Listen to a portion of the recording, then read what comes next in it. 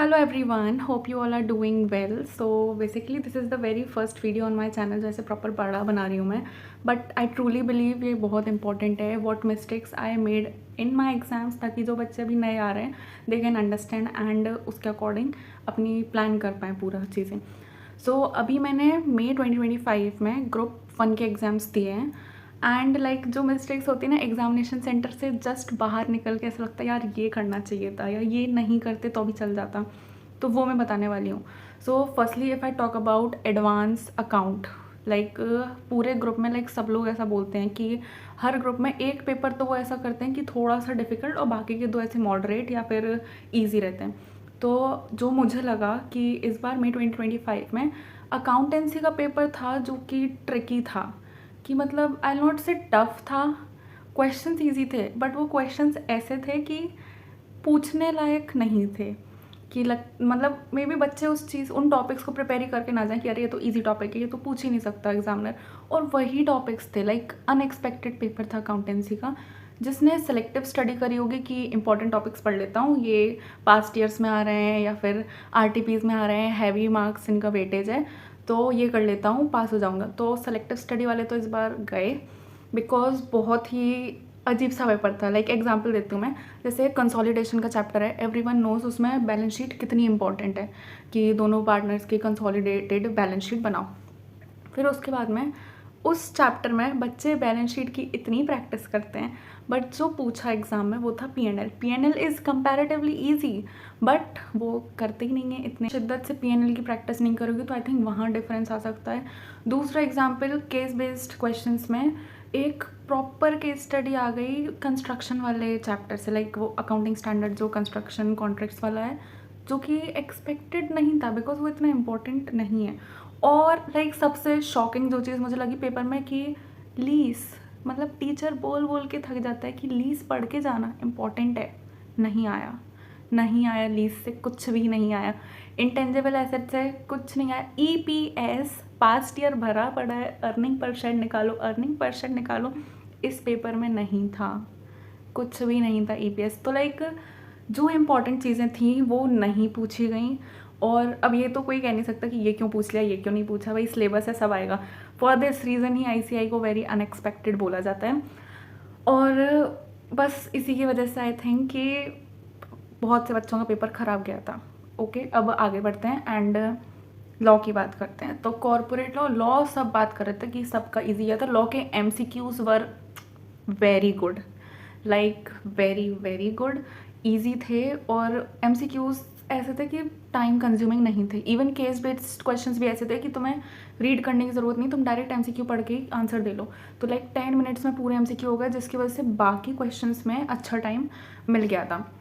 Law में मैं बोलूँगी, लॉ में भी सेम चीज़ हुई. Chapter 4 shares and debentures, teachers important sticky note सब कर लो. एक क्वेश्चन नहीं आया उससे, एक क्वेश्चन नहीं आया, एक एमसीक्यू नहीं आया उस चैप्टर से जिस चैप्टर से पिछले अटेम्प्ट्स में 10-12 नंबर का आता है. Level of unexpectedness. और ये चैप्टर एक ऐसा चैप्टर है कि बच्चे जो सेलेक्टिव स्टडी करते हैं वो इसको ज़रूर करते हैं कि भाई 10-12 नंबर का तो ये हो जाएगा, बाकी चैप्टर से देख लेंगे. सो नहीं आया इससे कुछ भी. अब ये नहीं कह सकते कि इसमें नहीं आया तो नेक्स्ट में भी ना आए, नेक्स्ट में क्या पता आ जाए, वो सेम पैटर्न फॉलो कर लें. So you can never decide कि क्या आने वाला है क्या नहीं आने वाला है. अगर आप बिगनर हो, अभी स्टार्टिंग से स्टार्ट कर रहे हो, सबको इक्वली इम्पॉर्टेंट ट्रीट करो. कोई चैप्टर ऐसा नहीं है कि बहुत इंपॉर्टेंट है, क्या पता लक ख़राब हो, उस चैप्टर से कुछ भी ना आए और अगर उसी के भरोसे गए हो तो पेपर ख़राब. अब टैक्स की बात करते हैं. तो टैक्स में आई फेल्ट कि पेपर सही था, हर चैप्टर को उन्होंने टच करा था. और जैसा जो पैटर्न रहता है कि जीएसटी में पहला वो पूरा जीएसटी लाइबिलिटी निकालो और इनकम टैक्स में पूरा वो निकालो, income tax from normal and default. अच्छा पेपर था इनकम टैक्स का. थ्योरी आई थिंक ज़्यादा थोड़ी पूछी थी, जीएसटी में थ्योरी होता है we all know, but income tax में भी थ्योरी अच्छी खासी पूछी थी. ये नहीं कह सकते हो कि तुम इनकम टैक्स में थ्योरी इग्नोर कर दो. एंड जो चीज़ थी थ्योरी ज़्यादातर अदर सोर्स वाले चैप्टर से थी, वो गिफ्ट वाले में पूरा घुमाने की कोशिश कर रहे थे. If I talk about MCQs and case based of income tax, तो ये मुझे अच्छे नहीं लगे थे. आंसर नहीं आ रहा था एक बार में, और या तो ये बोलो कि मेरी प्रैक्टिस नहीं थी एमसीक्यू बेस्ड टैक्स में मेरी क्वेश्चंस की थी, मैंने एमसीक्यू की इतनी प्रैक्टिस नहीं करी थी, तो जिस वजह से मुझे थोड़ा से एमसीक्यूज गंदे लगे थे। बाकी तो पेपर ठीक था टैक्स का, लॉ का भी सही था, बस लॉ में वो डिवेंचर नहीं आया जिसने गेम ख़राब कर दिया था बच्चों का, इंक्लूडिंग मी। और अब वो अकाउंट्स तो गया ही है जैसा गया है सबका।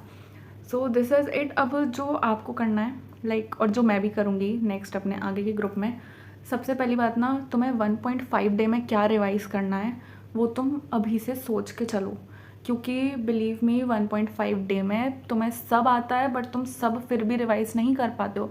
लॉ में सब आता था बट 1.5 डे में लॉ रिवाइज़ नहीं हो पा रहा था। अब नहीं हो पा रहा था बिकॉज लेवल ऑफ स्ट्रेस तुम्हें इतना है, तुम एक पेपर दे के आए हो, तुम्हें वापस से दूसरे के लिए पढ़ना है, मतलब 2-2 3-3 घंटे सो रहे हो बस। तो लाइक 1.5 डे मैनेज करके चलना, जहाँ गलती हुई है मेरे से। और अगर बिगनर हो तो ये सोच के बिल्कुल भी मत चलना अच्छा ये ज़्यादा वेटेज का है, ये पढ़ लेता हूँ, ये छोड़ देता हूँ। बिगनर हो, अपना माइंडसेट यही रखो कि पूरा ही पढ़ना है, पूरा पढ़ना है। और अब तो एमसीक्यूज़ और केस बेस्ड हैं, तो एमसीक्यूज़ केस बेस्ड को भी सीरियसली लो, उसकी प्रैक्टिस करो। सो या ये सारी चीज़ें आई पर्सनली फेल्ट कि जो नए हैं इस जर्नी में उनको पता होना चाहिए। 1.5 डेज़ ये फाउंडेशन जिन्होंने दिया होगा उन्हें पता है कि बहुत मुश्किल होता है। बिलीव मी इंटरमीडिएट में और भी ज़्यादा मुश्किल होता है 1.5 डे को मैनेज करना। लास्ट डे पे पूरी बुक लेके मत बैठ जाना, द बिगेस्ट ब्लंडर। और कामली पूरा मैनेज करो, हो जाएगा। मैं भी कर रही हूँ, आप भी करो, सबको करना है। ओके, हो जाएगा, हो जाएगा, सब कुछ हो जाएगा। सो यार this is it for the video, hope you liked it. अगर आप यहाँ तक देख रहे हो तो थैंक यू सो मच। आप बताना अगर आपने मई 2025 में दिया तो आपको कैसा लगा पेपर। मेरा तो ये था रिव्यू।